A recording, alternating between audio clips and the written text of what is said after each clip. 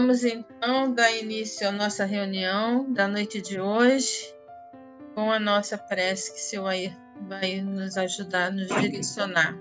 À vontade. Senhor Jesus, amoroso Mestre, pedimos que nos prepare para as lições desta noite, que o aprendizado se faça para nós podermos colocá-lo no nosso dia a dia. Os mentores da casa, de conselheiro, possa nos ajudar sempre, abrindo a nossa mente para que nós possamos fixar esses aprendizados trazidos na noite de hoje. Que assim seja, nós passamos a palavra à nossa história. Graças a Deus. Muito obrigada, seu Air. Hoje, a nossa noite tem a página Pessoalmente, dito, e é de responsabilidade da nossa irmã Lúcia. Então, Lúcia, pode ficar à vontade quando você quiser começar. Boa noite.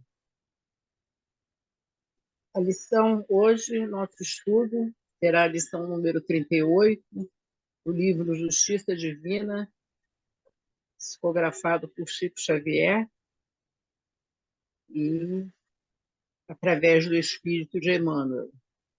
Pessoalmente. Emmanuel mostra várias situações do coletivo.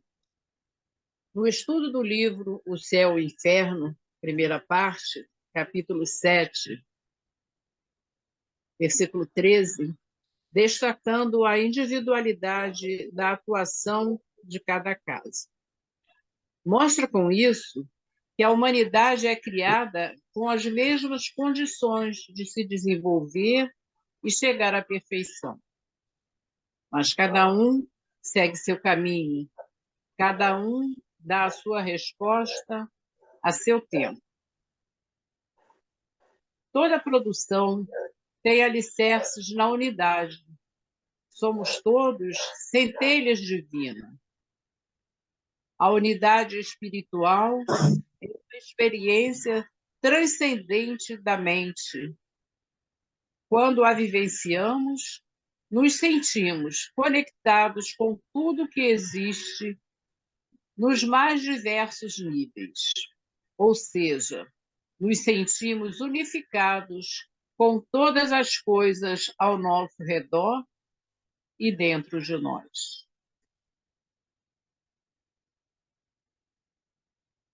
As máquinas que se padronizam para esse ou aquele gênero de trabalho, mesmo que se pareçam entre si, são aparelhos que se individuam distintamente. Cada máquina tem suas características próprias, mesmo que trabalhem para um único fim.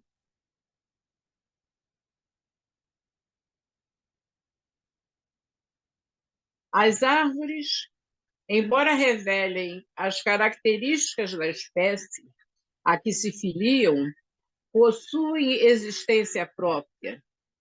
Individualidade das plantas são todas iguais? As árvores, de fato, são seres fascinantes. Elas compartilham conosco, mas também têm uma existência singular. Cada árvore tem sua história, suas raízes profundas e seus galhos que se estendem em direção ao céu. Elas testemunham o passar das estações, abrigam pássaros e insetos e muitas vezes carregam cicatrizes de tempestades e do tempo. Na sua majestosa quietude, as árvores nos ensinam sobre resiliência, paciência e conexão com a natureza. Elas são como guardiãs silenciosas, observando o mundo ao seu redor e oferecendo sombra e abrigo para todos que passam por perto. Acredito que, assim como as árvores, cada um de nós também possui uma existência própria. Somos parte de algo maior, mas também somos únicos em nossa jornada. E como as árvores, podemos crescer, florescer e deixar nossa marca no mundo. Que possamos aprender com as árvores e valorizar nossa própria existência como a delas. Os alunos de um estabelecimento de ensino partilham lições iguais na classe a que se ajustam. No entanto, reagem de modo particular diante do estudo e classificam-se com notas diferentes. Cada aluno aprende no seu tempo, na sua forma. Alguns aprendem melhor escrevendo, outros melhor no silêncio, outros aprendem melhor se movimentando. Outros aprendem melhor com imagem, outros aprendem ouvindo, outros melhor, outros aprendem melhor, não entendi aqui, lendo. Quer dizer, cada um é sua individualidade. Cada um tem um modo de aprender e um tempo para aprender. Catalogam-se enfermos no hospital segundo os sintomas que apresentam. Contudo, cada um exige ficha determinada e tem o seu problema resolvido no exato momento.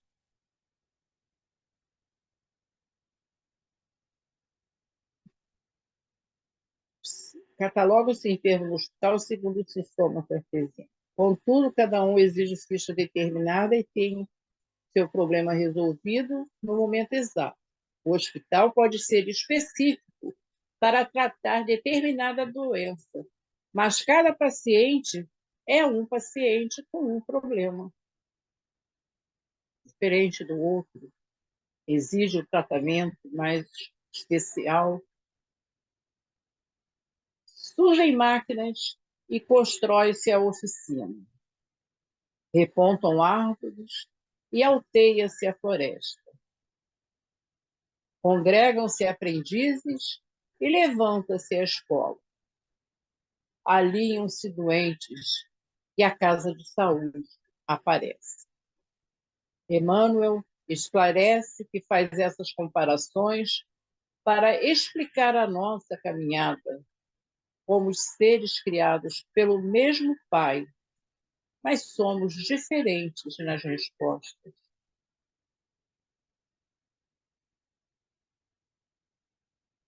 O inferno, mais que um lugar, é uma condição de quem se equivocou nas respostas.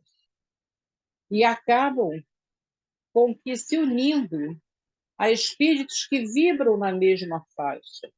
São espíritos inferiores. Não haveria penitenciária se não houvesse delinquentes. Recorremos, porém, a semelhantes imagens para destacar que o inferno, considerado por localidade inferior ou estância difícil, depois da morte, começa de cada um e comunica-se pessoalmente, de espírito desvairado a espírito desvairado.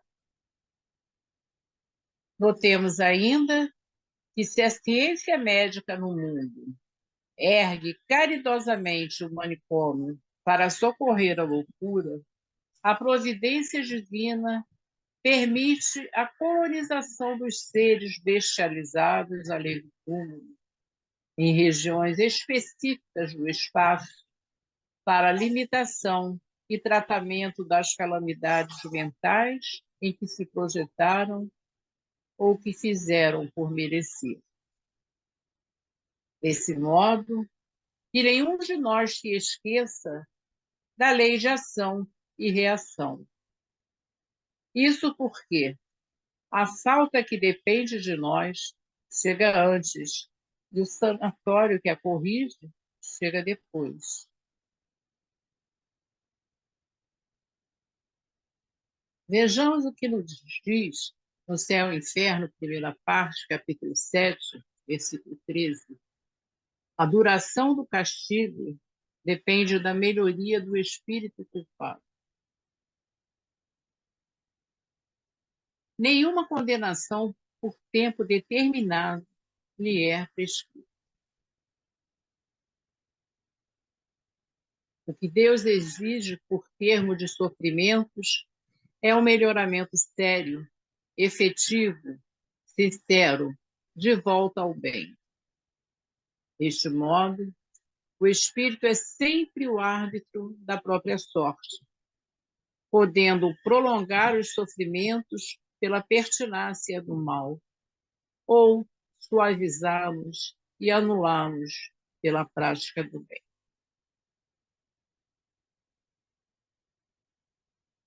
Uma condenação por tempo pré-determinado teria o duplo inconveniente de continuar o martírio do espírito renegado ou de libertá-lo do sofrimento quando ainda permanecesse no mal.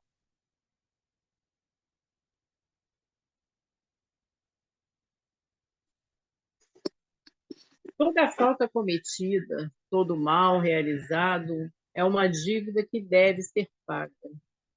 Se não for numa existência, será na seguinte ou nas seguintes. Ora, Deus que é justo, só pune o mal enquanto existe e deixa de o punir quando não existe mais. Por outra, o mal moral, sendo por si mesmo causa de sofrimento, fará este durar enquanto subsistir aquele, ou diminuirá de intensidade à medida que ele decresça. A justiça de Deus é muito grande. Deus não nos pune quando nós paramos de praticar o mal. Deus entende que ali nós estamos tentando nos consertarmos. Tá? Então, dessa forma, o nosso sofrimento ele é diminuído.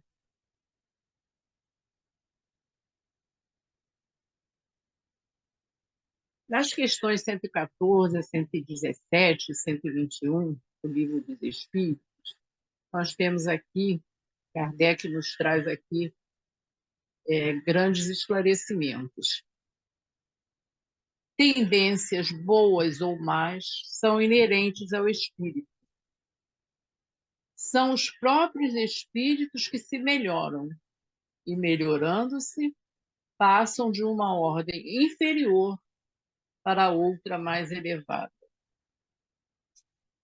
Deus criou todos os espíritos, simples e ignorantes, isto é, sem saber.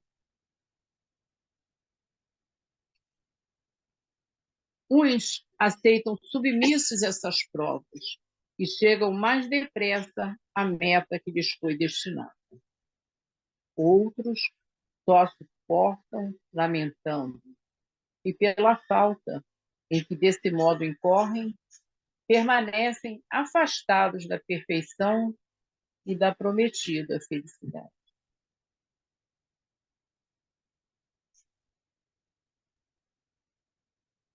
Allan Kardec nos traz aqui. O homem é, assim, o árbitro constante de sua própria sorte. Ele pode aliviar o seu suplício ou prolongá-lo indefinidamente. Sua felicidade ou sua desgraça dependem da sua vontade de fazer o bem. Então, muitas vezes dizemos, a carne é fraca. Quando dizemos que a carne é fraca, é porque o espírito é fraco. A carne não tem pensamentos e nem vontade. Nosso espírito que está enfraquecido para que tome a iniciativa de mudar, de melhorar. A carne é fraca, mas o espírito é forte. Essa expressão é profundamente verdadeira. Ela nos lembra que, embora possamos ser tentados ou ceder a desejos passageiros, nosso espírito interior é capaz de resistir e permanecer firme. É uma reflexão sobre a dualidade entre nossos impulsos físicos e nossa força interior.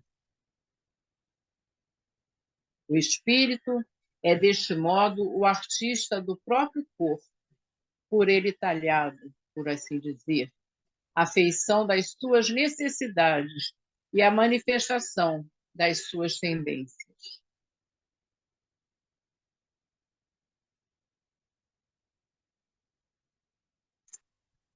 Toda vez que a justiça divina nos procura para acerto de conta, se nos encontra trabalhando em benefício dos outros, manda a misericórdia divina que a cobrança seja suspensa por tempo indeterminado. Chico Xavier. E trazemos aqui também uma ilustração do livro Os Missionários da Luz. A justiça divina nunca foi exercida sem amor. E quando a fidelidade sincera no Senhor permanece viva no coração dos homens, há sempre lugar para o acréscimo de misericórdia a que se referia Jesus em seu apostolado.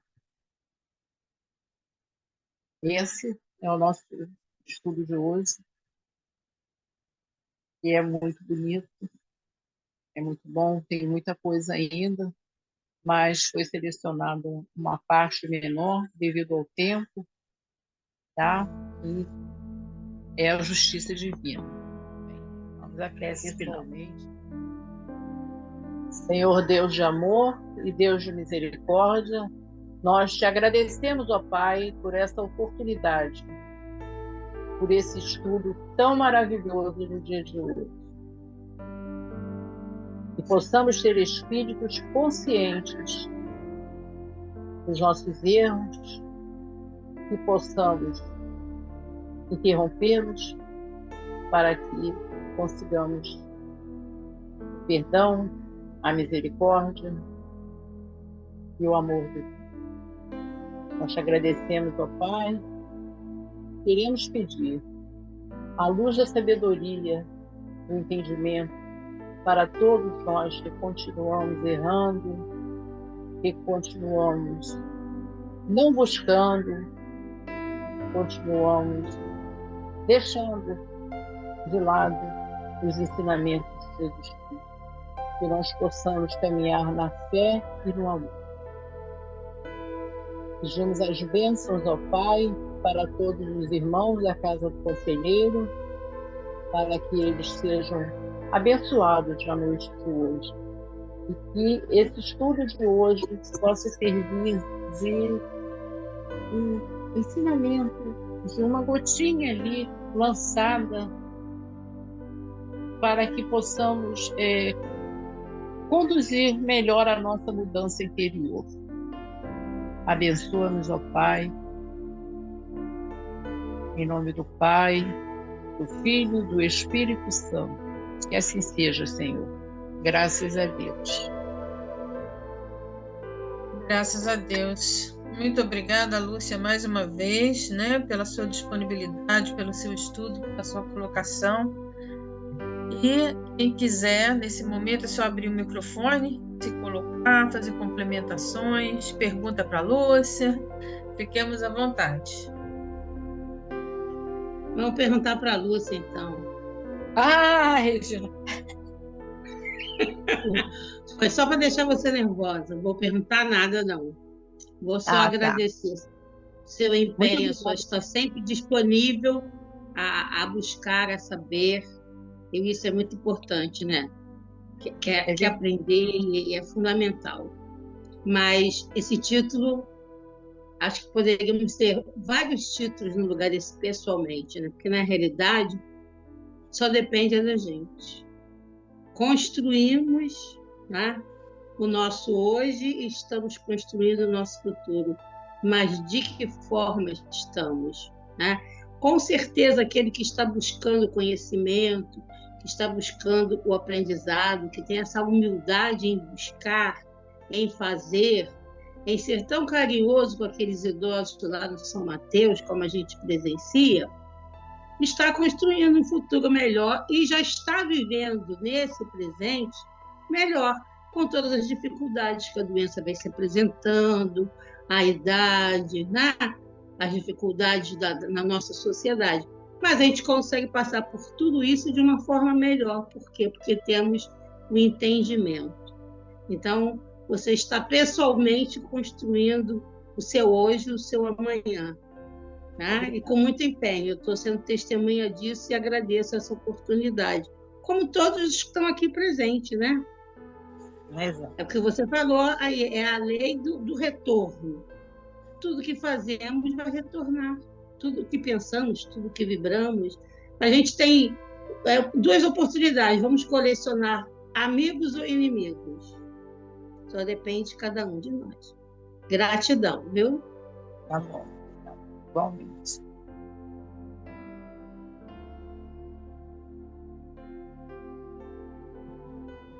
Pessoalmente, né, a gente está falando de individualidades, como cada um de nós temos a nossa parte de individualidade, de compromisso, de responsabilidade que não pode ser delegada a ninguém.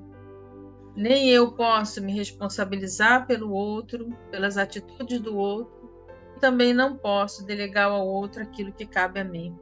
Me fez pensar, ainda ontem, né, muito interessante. Tinha um monte de bolsa para carregar, por exemplo, bolsas pesadas.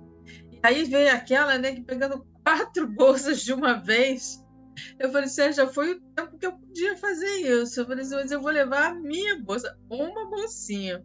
Aí todo mundo deixa, eu falei, não, mas a minha bolsinha eu preciso carregar, né? É a que eu posso carregar, uma só. Ela consegue 4. Eu deixo ela carregar as 4, mas a minha eu tenho que carregar. É mais ou menos isso, né? Uma coisa assim do dia a dia, mas que exemplifica isso, né? Como não posso querer carregar o do outro, nem ter inveja por isso, mas tenho que fazer o que é o meu, né? Então é muito interessante, né, quando Kardec coloca aí que, é lógico, com inspiração dos espíritos, que a duração da prova, do sacrifício, às vezes daquela coisa tão difícil, né, depende de cada um.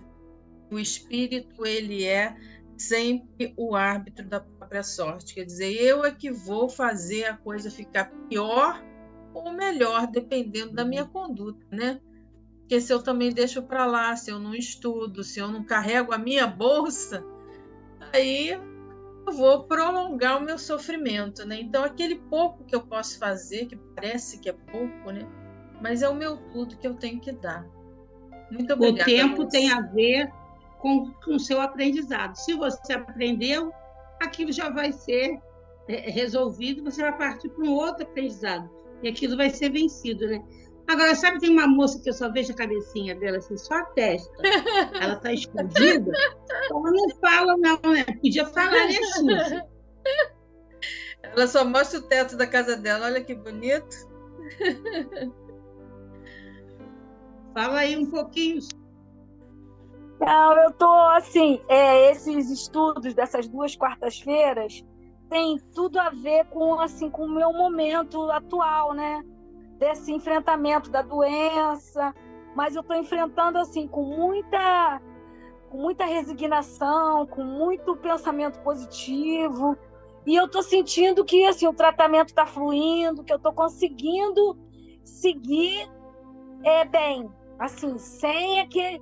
eu achava que ia ser um estresse, um abandono, que eu ia ficar sozinha, abandonada, e na verdade eu tô aí assim, tem até briga para poder ir comigo na sessão, e assim, eu tô muito feliz e agradecida a Deus e aprendendo que realmente às vezes a gente precisa sofrer para poder melhorar. Entendeu? Isso é exemplo de que a gente constrói o nosso dia a dia. Você não está privada da situação desagradável de estar com a doença, mas você está vencendo a doença de uma forma mais prazerosa, com aquelas pessoas afins te dando a mão, te incentivando, você buscando compreender o porquê disso. E é isso que Manuel está falando. Como eu agir hoje vai ser o meu melhor amanhã. Então, rapidinho, você vai resolver esse caso aí. Né? É isso aí. Nossa. Muito bom por você testemunhar isso. Gratidão. Obrigada.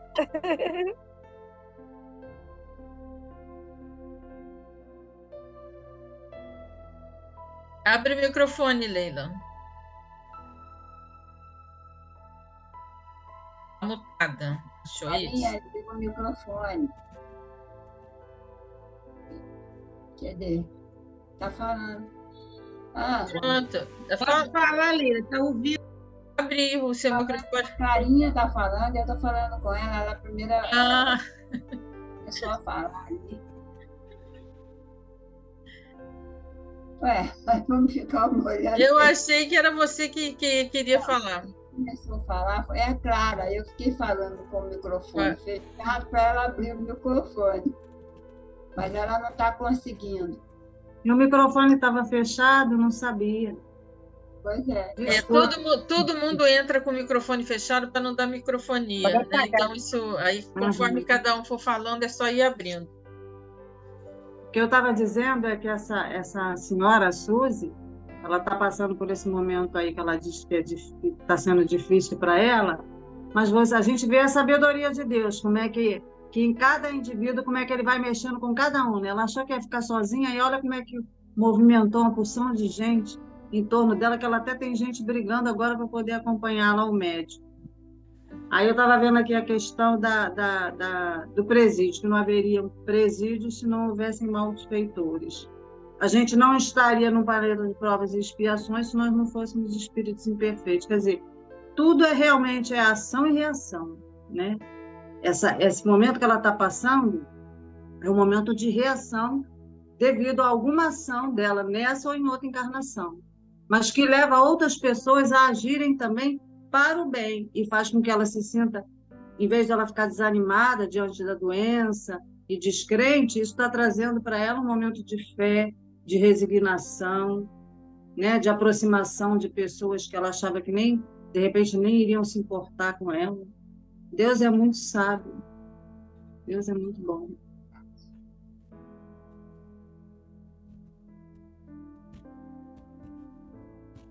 Suzy é caravaneira. Ela quase não vai no caravana, mas ela é nossa caravaneira. De muito tempo, né? E exemplo para nós. Uma alegria, né? Nós sentimos alegria por isso.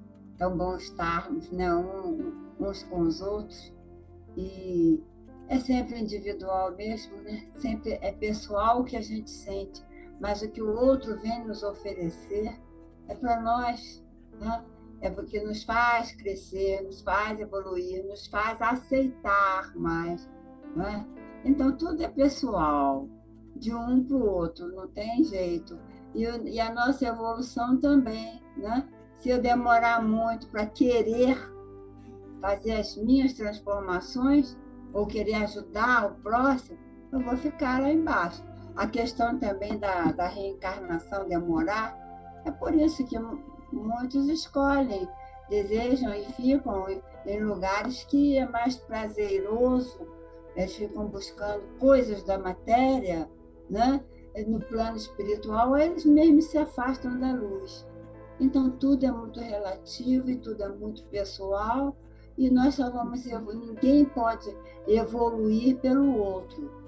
No colégio, quando o professor está dando aula, tem aqueles alunos, no meu tempo eram 50, 49, 50, né? Então, cada um estava de um jeito ali. A gente não sabe o que cada um está ali pensando. A gente está olhando assim, lá para o quadro, olhando, mas não está presente. Conosco é a mesma coisa. A gente pode estar dentro da doutrina, conforme eu posso falar, que eu já estudo, minha mãe sempre colocava com 5 anos na evangelização, né? Então, eu sou a última de tantos irmãos. E eu já tenho 81, então vamos lá, 76 anos que eu estou perseguindo, mas que não é, se não entra ainda, né? Ontem mesmo eu estava estudando sobre o perdão. Olha só, a menina que trabalha aqui, justamente na hora que eu fui cronometrar para poder falar, ontem não, anteontem. Aí ela veio para aqui falar, ficou falando alto com o meu sobrinho teve que alterar um pouco a voz aqui, entre os ambientes, né? Aí, o que eu fiz? A primeira vez que ela veio falar comigo, eu falei assim, eu estou cronometrando aqui, fiz assim para ela esperar. Quando foi na segunda vez, eu falei assim, eu ainda não acabei, estou cronometrando, porque a gente tem que cronometrar o tempo que a gente vai falar, para também não ficar tomando espaço. E peraí, se eu estou tomando espaço. Bom, aí na terceira vez que ela ficou falando umas coisas e alto, o que eu fiz? Eu estudando sobre o perdão, né? Eu peguei, dei um pontapé assim, olha, não posso nem ficar quase em pé, nem sentada, e dei um pontapé na porta.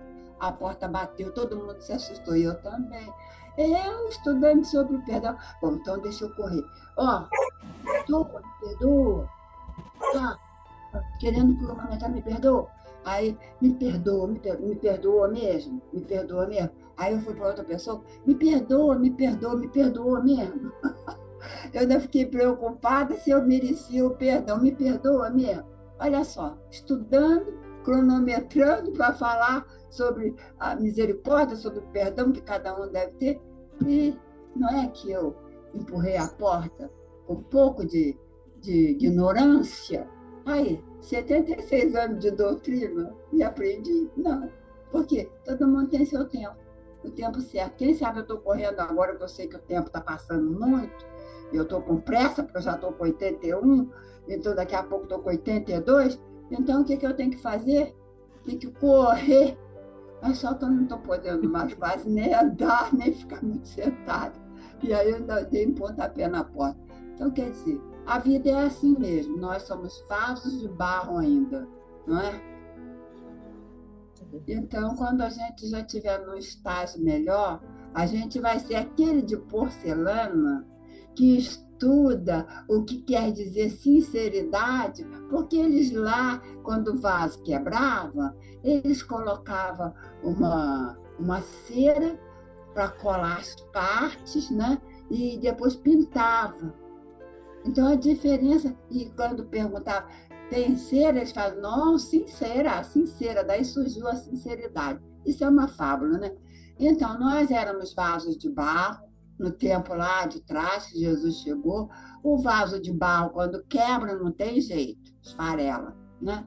Agora nós somos de porcelana, mas será que nós estamos usando a cera para cobrir os vasos de porcelana quebrado que nós ainda possuímos, né? Que são os deslizes, que são os momentos que a gente fraqueja. Eu estou me desculpando. Não, estou falando para mim mesmo. Sempre quando a gente estuda, é para a gente mesmo, viu? E a gente aprende, mas se apreende, se guarda, não sabemos. E quanto tempo nós vamos, mesmo do outro lado, demorar para ver a luz, querer ver a luz, a gente não sabe. Bom, mas eu vou dar um conselho. Estudem, por favor, o item de 400 e seguinte do Livro dos Espíritos, que vai falar sobre o sono e os sonhos, e vai falar que nós nos encontramos quando estamos em situação de dormindo, o espírito não para, e nós encontramos. E podemos encontrar com coisas boas, e ali preparar a nossa evolução futura, mas também a gente pode dar uma descidinha naquilo que nós estamos muito apegados materialmente. Por favor, leia 400 e seguinte. Amanhã eu vou ter que falar do Livro dos Médiuns, e como eu falo, mas vai dar tempo de Sérgio falar também. Então, amanhã eu vou falar sobre o Livro dos Médiuns, Aí o livro do Médiuno, nós estamos no começo, lá no capítulo 6, aí pede para olhar. Aí Kardec fala assim, dá uma olhadinha, assim, veja o livro dos Espíritos, 400 e seguinte. Aí eu fiquei, oba, agora vai ser bom, porque eu vou poder entender mais, que eu vou olhar lá. Cheguei lá, tem um monte de questões. Só vou chegar até a quinta. Amanhã, e vou deixar o do livro dos médios lá quietinho. Amanhã só vou falar até a quinta. Então é assim, a gente mesmo é que tem que buscar, né? Buscar. E aí com essa história dos sonhos, do sono dos sonhos, eu pude perceber o que eu não tinha percebido antes, que a gente pode até ir a outros planetas se tivermos condições mais elevadas. Também podemos mergulhar nos menos elevados. E é por aí. Então é isso, não é, Lúcia? A tua lição foi ótima, balançou, porque nós que somos responsáveis, né, por nós. E o que nós fazemos, nós temos que resgatar. Então, tudo é culpa da pessoa, né? É pessoalmente. É isso, estamos já na reta final. Mais uma vez, obrigada, Lúcia, por esse tema tão precioso. Muito obrigada, Leila, por todas as dicas. Obrigada, Suzy, pela sua contribuição aí, pelo seu testemunho. Obrigada, Clara, por suas colocações. Sérgio vai ficar para a próxima. Não temos mais tempo.